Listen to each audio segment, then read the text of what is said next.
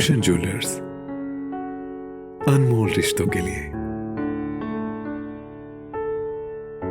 विशेष तौर से केंद्रीय नेतृत्व से मिलने नहीं आए, तो उससे हमने भी तय किया कि हम कुछ दिन रुक जाएंगे और उसके बाद अगर हालात ठीक होते 1 तारीख के बाद फिर उसके बाद करेंगे। सर, आप व्यापारी भी आपसे कल मिले हैं और उनकी उम्मीद ये है कि 1 जून के बाद चीज़ें सुधर जाएंगी या बंदिशें हटेंगी। क्या उसको लेकर सरकार कुछ विचार कर रही है? देखिए, कर्फ्यू तो हमेशा के लिए नहीं है, ये हमको मान करके चलना पड़ेगा।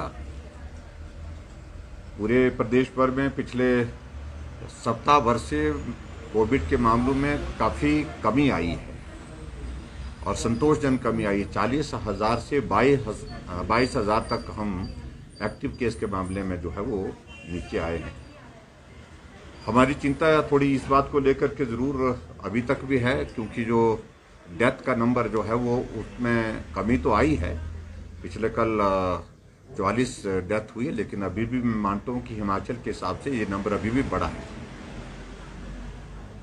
और ऐसी सूरत में जब कोविड के एक्टिव केसेस की संख्या गिरती जा रही है, कम होती जा रही है, संक्रमण कम होता जा रहा है, तो हमारे लिए इम्पोर्टेंट है, महत्वपूर्ण है कि हम इकोनॉमिक एक्टिविटीज़ भी सुनिश्चित करें।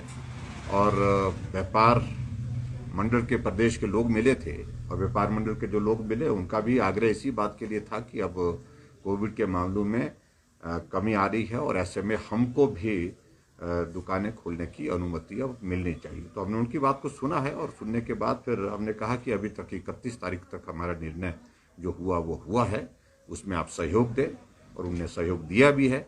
और उसके पश्चात फिर आगे का हम 1 तारीख के बाद उस पर विचार करेंगे अगर मामलों में कमी आई तो।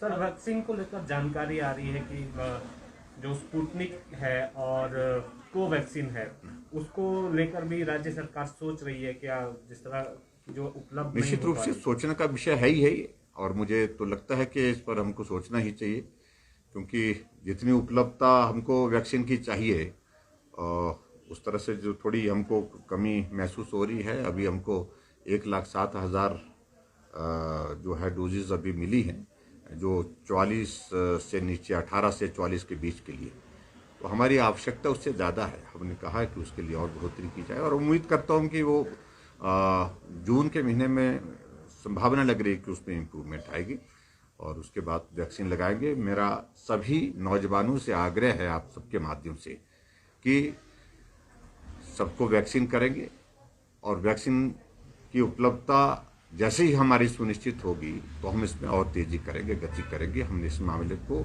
लेकर के जो कंपनी हमको सप्लाई देती है वैक्सीन की, उसके साथ भी उनके साथ भी टेकअप किया है। और उसके अलावा हमने जो दूसरी 2 कंपनियां हैं, स्पुतनिक और कोवैक्सीन जो है, इन दोनों कंपनियों को भी हमने इस बात के लिए कहा कि अगर वो अगर हिमाचल प्रदेश में करना चाहते हैं तो हम उसमें भी विचार कर रहे हैं कि उस पर आगे बढ़ करके काम करेंगे। सर, क्या किसी का प्रपोजल, किसी कंपनी का प्रपोजल अभी तक आया है? कुछ अखबारों में छपा भी था कि स्पुतनिक हिमाचल प्रदेश में जो हमारा फार्मा, देखिए अभी तक जहाँ तक उपलब्धता उन दोनों वैक्सीन की भी बहुत ज़्यादा नहीं है, और ऐसी सूरत में हम उनके साथ हम उनको ऑर्डर प्लेस कर दें और उसके बाद वो भी उपलब्धता नहीं हो पाई, तो उस बात को लेकर के कहना कठिन है। तो मैं यही कहना चाह रहा हूँ कि जून के महीने में सभी जितने भी हमारे 44 से हमारे 44 से नीचे 18 साल तक के, जो 18 से 44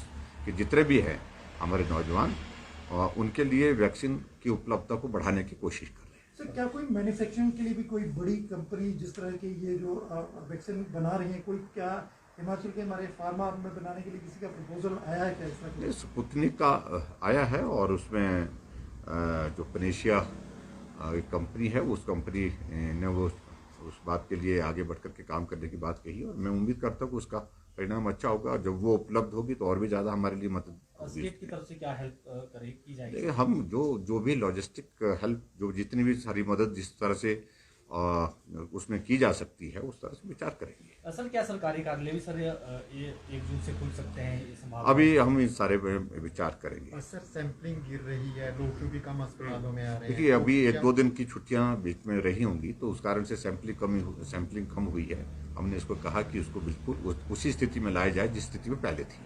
सर प्रदेश में देश भर में भी ब्लैक फंगस बीमारी की जो संक्रमण है, उसको जो दवाइयाँ हैं, वैक्सीन है या उसके इंजेक्शन है, उसकी कालाबाजारी और बाकी दवाइयों में भी फेक या कोई डुप्लीकेसी की रेमडेसिविर की जहां भी हिमाचल इस प्रदेश- प्रकार की शिकायतें प्राप्त हो रही है, कार्रवाई करने के लिए हमने कहा है। निश्चित रूप से इतने बड़े संकट के दौरान कोई इस प्रकार का कोई धंधा करना चाहेगा तो उस आदमी के खिलाफ सख्त से सख्त कार्रवाई करेंगे। हिमाचल प्रदेश के बद्दी का मामला सर रेमडेसिविर के डुप्लीकेसी को लेके मामला दर्ज उसमें हुआ है। कार्रवाई करने के लिए कह दिया, कार्रवाई होगी। Thank you please.